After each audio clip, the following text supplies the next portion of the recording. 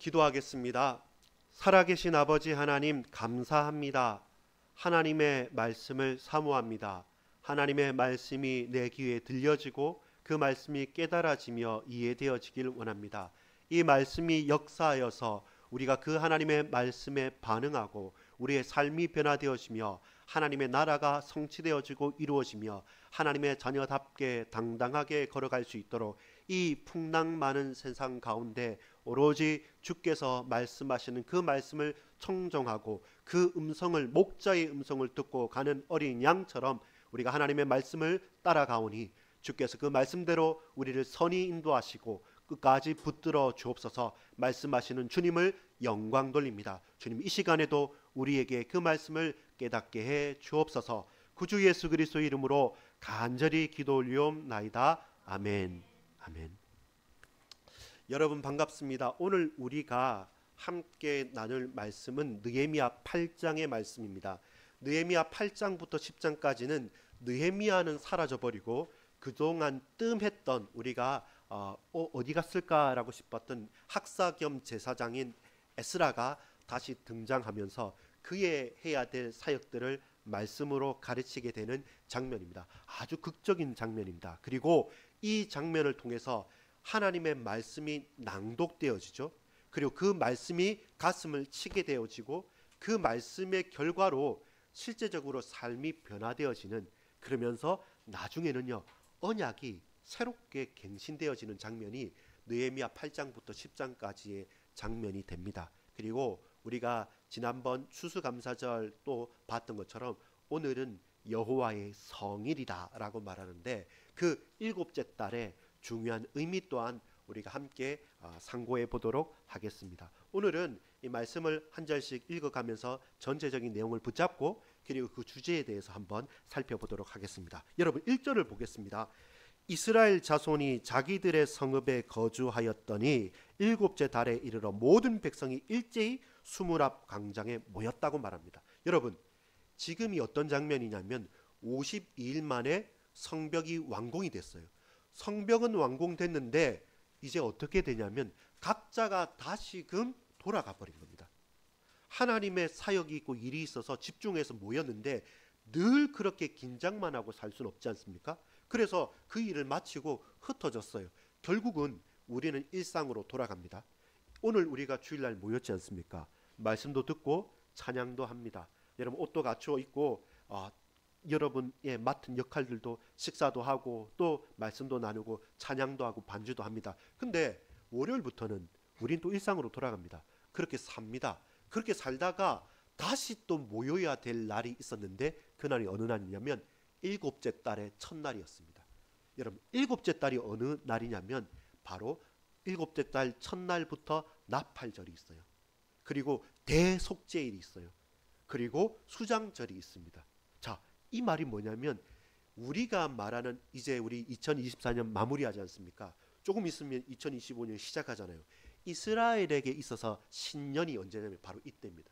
그들에게는 일곱째 날, 지금 태양력으로 하자면 9월에서 10월로 넘어가는 그때 모든 추수를 끝내고 하나님께 결산을 하고 예배를 드리고 그때서부터 사실 이스라엘은 첫날 신년이 시작되는 것입니다. 우리하고는 조금 다르죠.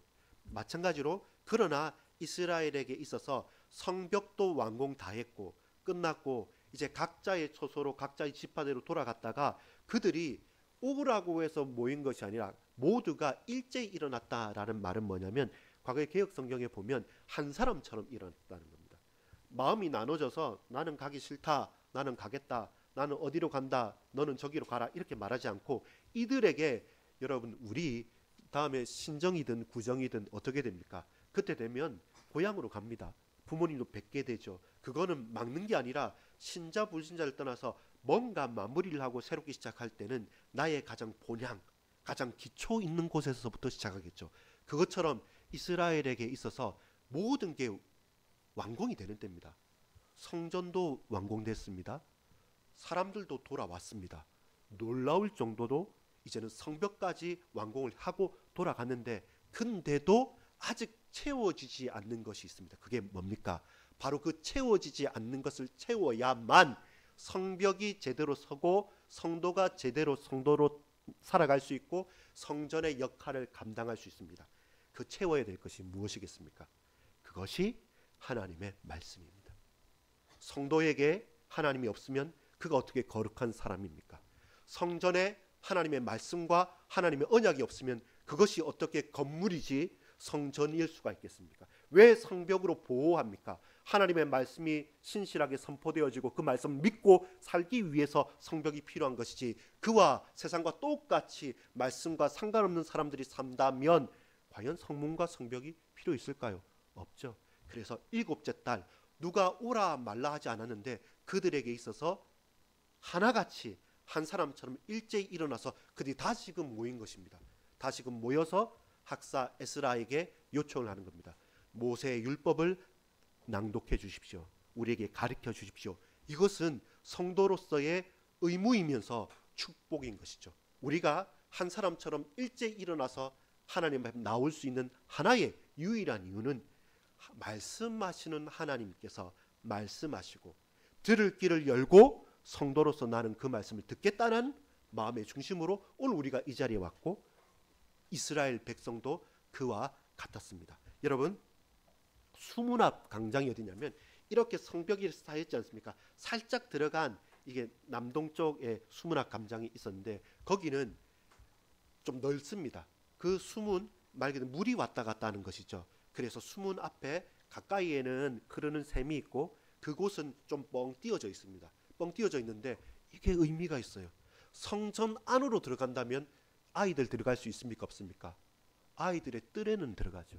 여자들 들어갈 수 있습니까? 없습니까? 못 들어가요. 그래서 그들이 모든 백성들에게 말합니다. 우리가 모일 수 있는 가장 좋은 곳, 그리고 남녀노소를 불문하고 아이들까지 다 나오라. 그러면서 뭐라고 말합니까? 알아들을 만한 사람들, 말귀를 알아들을 사람들은 다 오라는 겁니다.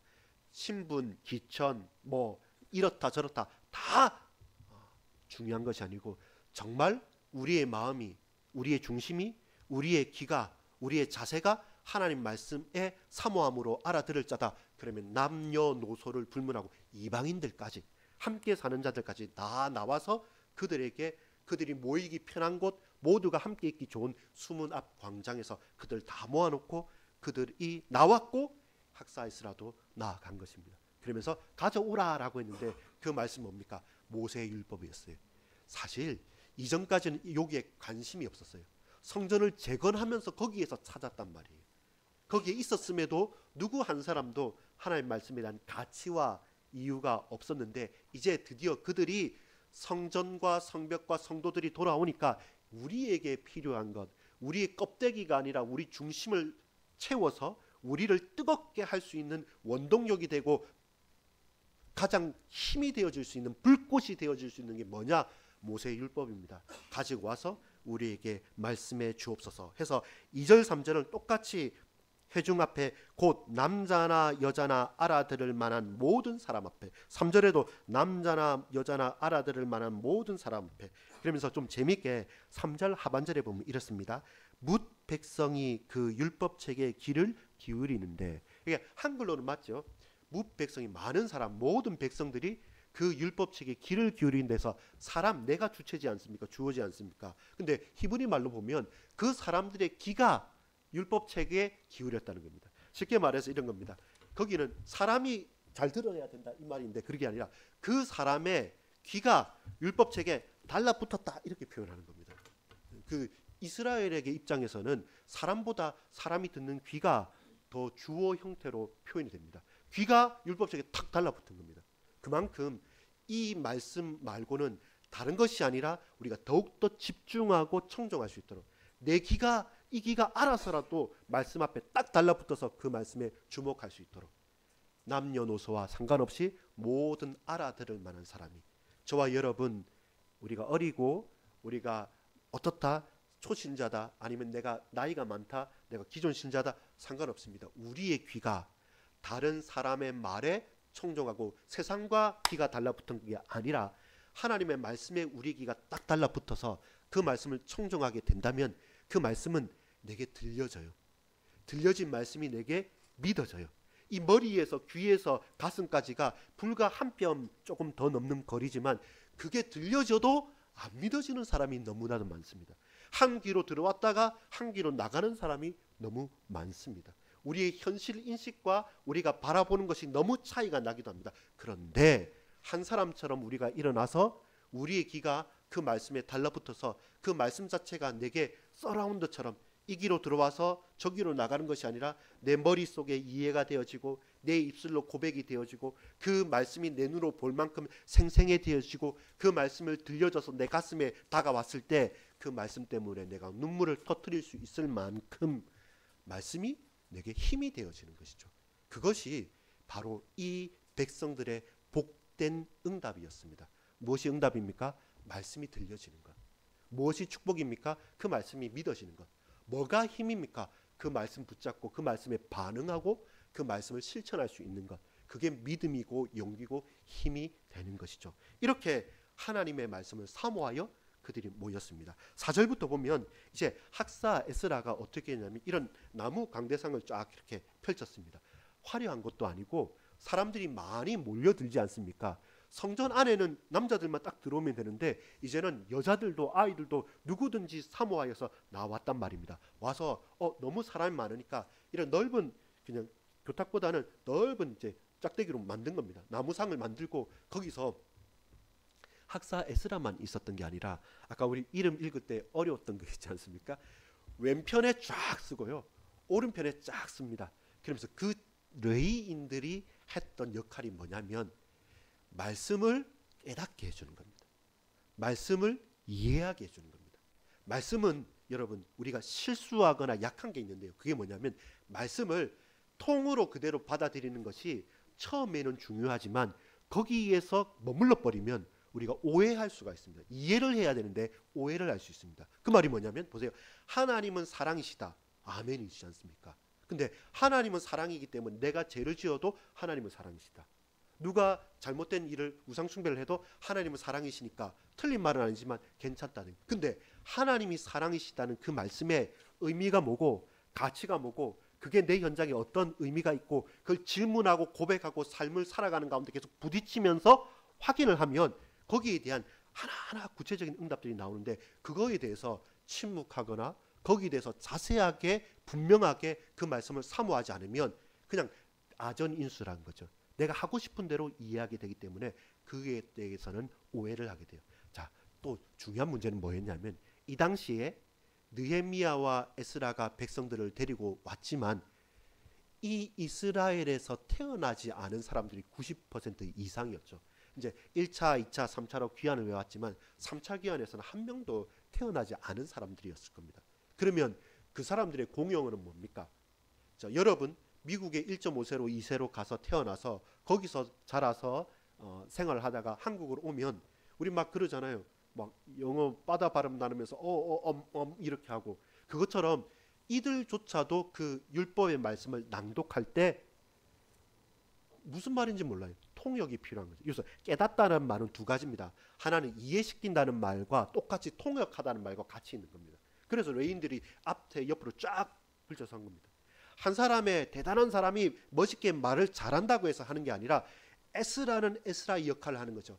신실하게 가감없이 하나님 말씀을 선포하고 낭독하고 그리고 좌우로 늘어선 그 수많은 레위인들은 그 백성들 남자는 남자에게 맞게 여자는 여자에게 맞게 청년은 청년에게 맞게 어린이는 어린이에게 맞게 아마 그랬던 것 같아요. 그 안에서 한편으로는 말씀을 말했지만 옆에서는 주일학교가 있었고 옆에서는 작년 성경 공부가 하겠고 옆에서는 여전도의 모임도 있었고 옆에서는 남전도의 모임도 있었을 겁니다. 물론 이건 성경에 없고 그렇진 않지만 쉽게 말해서 뭐냐면 이 말씀은 그냥 던져지고 흘러가서 사라지는 것이 아니라 각자 심령의 말씀이 들려져서 이해되어지고 말이 다른 사람에게는 통역이 되어지고 잘 이해를 못하는 어린아이에게는 그 시선에 맞게 설명이 되어져서 그렇구나. 하나님의 사랑이 내 현장에 다가온다면 우상 숭배하는 그 자를 돌이키는 것이 나의 사랑이고 내게 있어서 우상을 저버리고 결단하고 고난의 길을 가는 것이 하나님의 사랑을 실천하는 거구나. 이렇게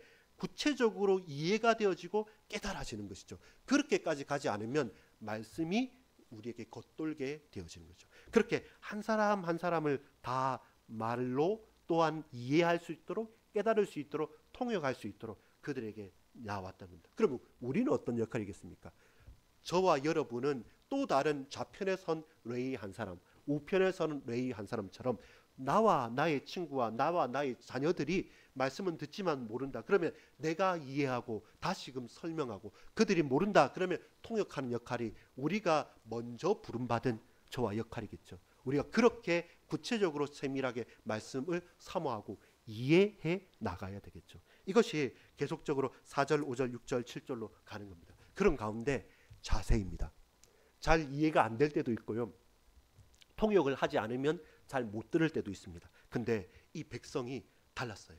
자발적으로 한 사람처럼 나온 것뿐만 아니라 예배할 때 자세가 다른 겁니다. 여러분 3절에 보면 새벽부터 정오까지 남자나 여자나 알아들을 만한 모든 사람들이 여호와의 앞에 귀를 기울일 때 의자가 없습니다.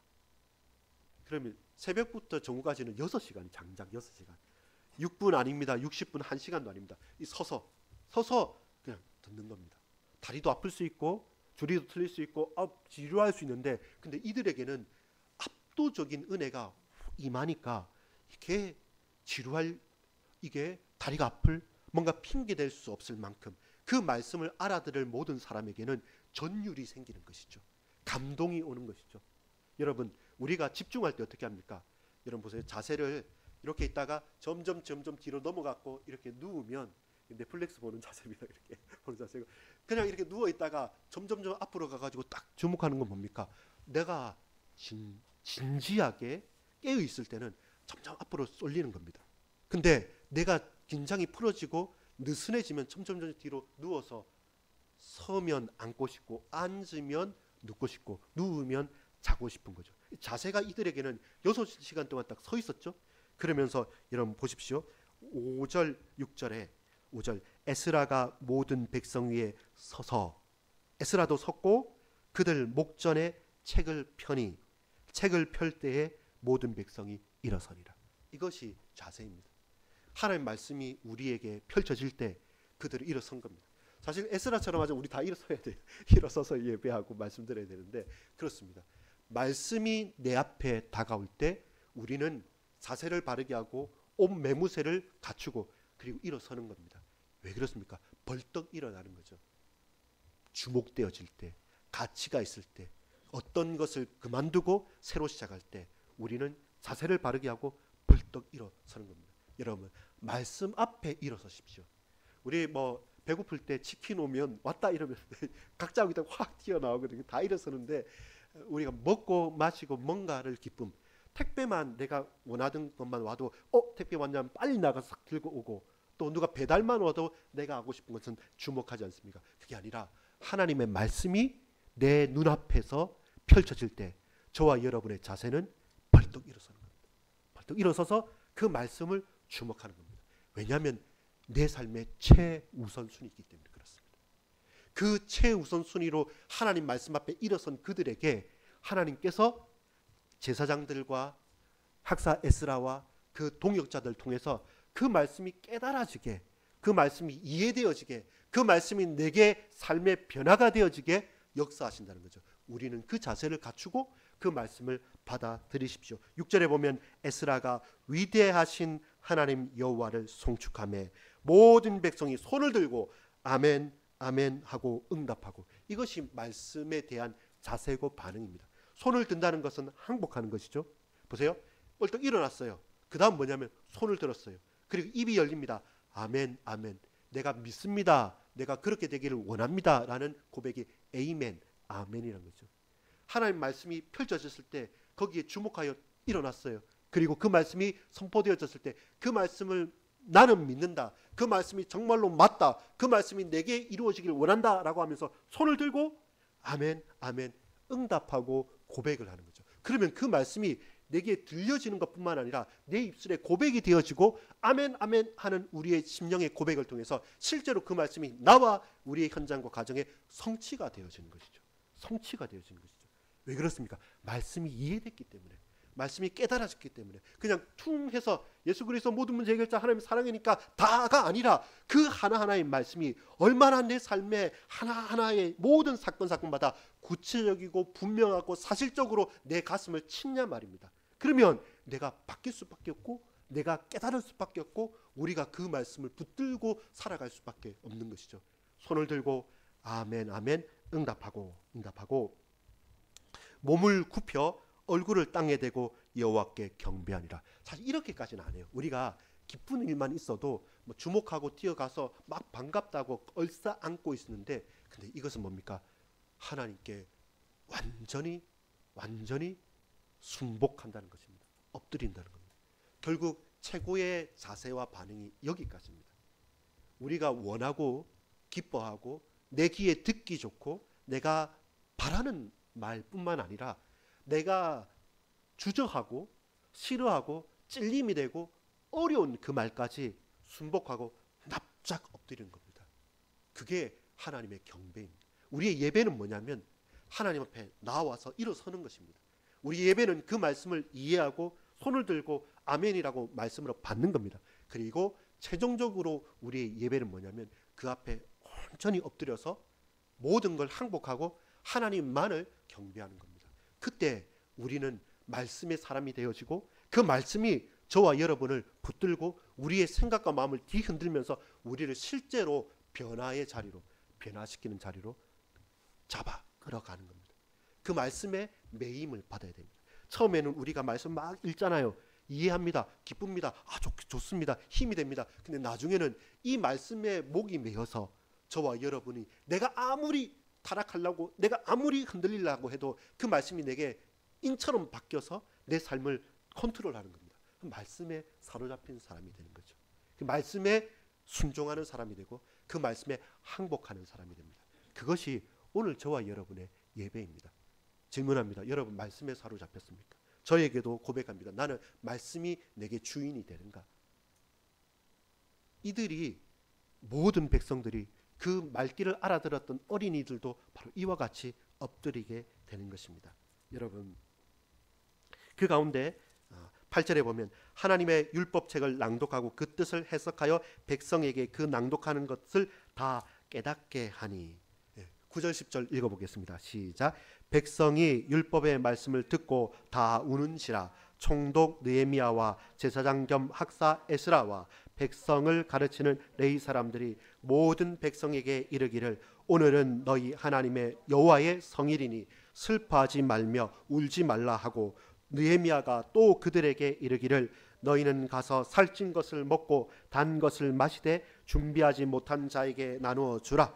이날은 우리 주의 성일이니 근심하지 말라. 여호와를 인하여 기뻐하는 것이 너희의 힘이니라 하고. 이제 눈물 터진 백성들에게 다시금 말합니다. 아니 사람이 울려놓고 다시 또 웃기려고 그러는 겁니다. 울려놓고 그러나 오늘 일곱째 달 첫날에 나왔지 않습니까? 나팔절입니다. 오늘은 여호와의 성일이니 절기입니다. 오늘 하나님께서 기억한 날이기 때문에 저 나팔을 불고 하나님 앞에 나오는 날이니 더 이상 슬퍼하지 마십시오. 더 이상 슬퍼하지 말고 기뻐하십시오. 근심하지 말고 환호하십시오. 그러면서 느헤미야가 나타나서 그들에게 혹 먹을 것이 없는 자에게 나누어주고 혹 부족한 것이 있다면 그것을 베풀어주고, 그런 가운데 여러분 여호와를 인하여 기뻐하는 것이 너희의 힘이니라 하잖아요. 반응이 울음으로 터졌어요. 여러분 악어의 눈물, 거짓된 눈물, 하품하면서 나는 눈물이 아니라 피를 흘렸고 땀을 흘렸고 감격의 눈물이고 깨달음의 눈물이고 죄에 대한 회개의 돌이킴의 눈물이었어요. 이것이 말씀에 대해 반응한 사람의 고백이고 그 증거입니다. 그러나 거기서 그치지 않는 것은 또 뭐냐면 이 눈물이 기쁨으로 연결되어지는 것이죠. 감사로 연결되어지는 것이죠. 축복으로 연결되어지는 것입니다. 그것을 우리가 봐야 됩니다. 그게 진정한 우리의 반응이죠. 왜 그렇습니까? 여호와의 성일이죠. 하나님께서 하나님의 날에 당신의 일을 이루시는 겁니다. 우리의 눈물을 하나님께서 닦아주시고 그 손길로 저 대적을 멸하시고 그러면서 끝까지 우리를 구원하사 이 손을 놓지 않겠다는 선포가 있기 때문에, 확증이 있기 때문에, 확신이 있기 때문에 저와 여러분은 바꿀 수 있는 겁니다. 바뀌어질 수 있는 겁니다. 여러분 보세요. 여호와로 인하여 기뻐하는 것이 너희의 힘이다 했죠. 이 힘이란 단어가 뭐냐면 성벽이란 단어입니다. 성체란 단어입니다. 하나님을 기뻐하는 것이 성벽이다. 이 말은 뭡니까?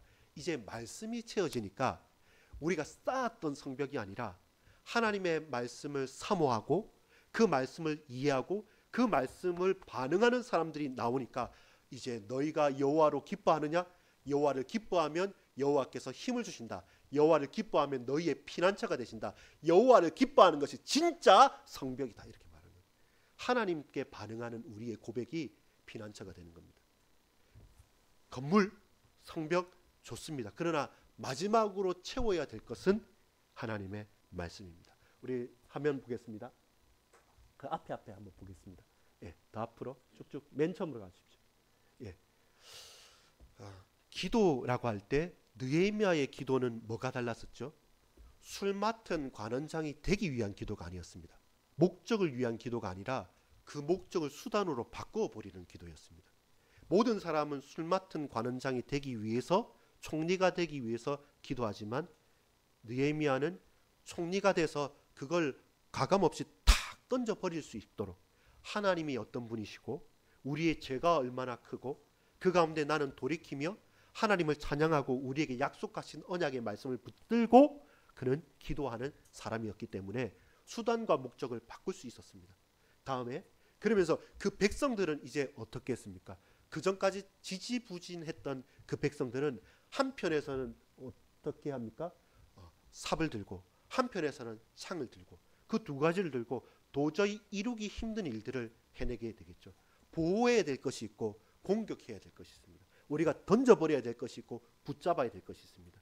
우리의 삶에서 이것만 하겠다 저것만 하겠다 그게 아닙니다. 하나님은 저와 여러분에게 창과 삽을 같이 주셨습니다.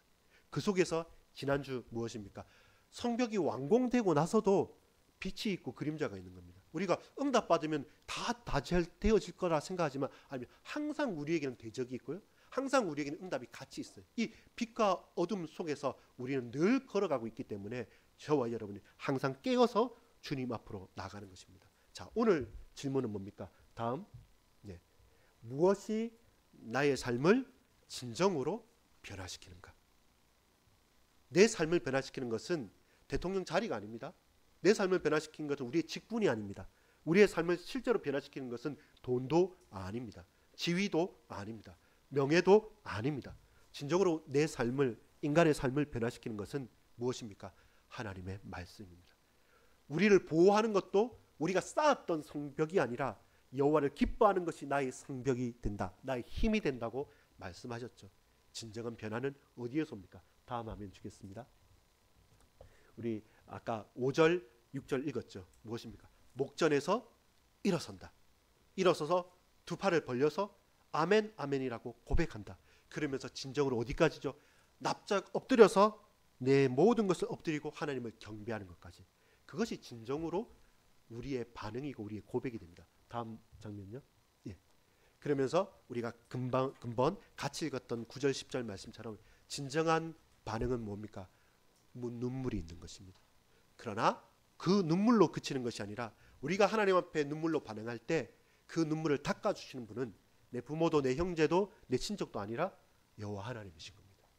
그것이 저와 여러분에게 힘이 되어지는 것이죠. 여호와의 성일입니다.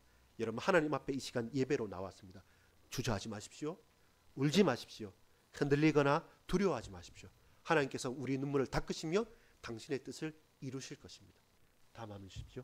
자, 그렇다면 다음 우리가 이게 오늘 딱 붙잡아야 될 부분들입니다. 같이 한번 읽어보겠습니다. 하나님의 말씀만 나의 삶을 완전히 바꿀 수 있습니다.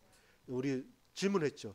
어떻게 진정으로 사람이 바뀝니까? 라고 할 때 하나님의 말씀만 완전하게 완벽하게 내 삶을 바꿀 수 있습니다.